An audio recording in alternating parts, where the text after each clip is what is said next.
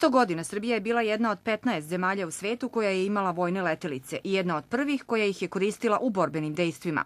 Danas srpsko vojno vazduhoplovstvo i protivvazduhoplovna odbrana broji oko 5000 pripadnika.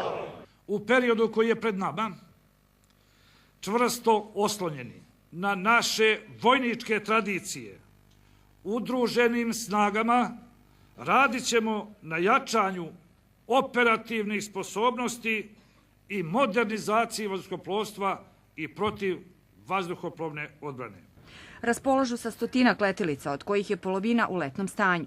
Naše su potrebe da nabavimo višenamenski borbeni avion koji treba da zameni avion MiG-21 koji 50 godina slavi od kako je uvedeno na oružanje.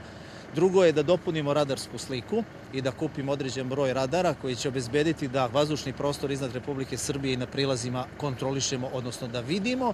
I treće jeste nabavka raketnog sistema protivvazduhoplovne odbrane srednjeg ili velikog dometa. Svaki pilot bi poželao da ima nov avion, ali bukvalno je nebitno da li je to avion istočne proizvodnje, odnosno da kažemo Rusije koja tu gravitira kao najozbiljniji proizvođač aviona ili neki avion zapadne tehnologije počeo od, ne znam, Rafala, Gripena, F-16, F-18, Eurofightera.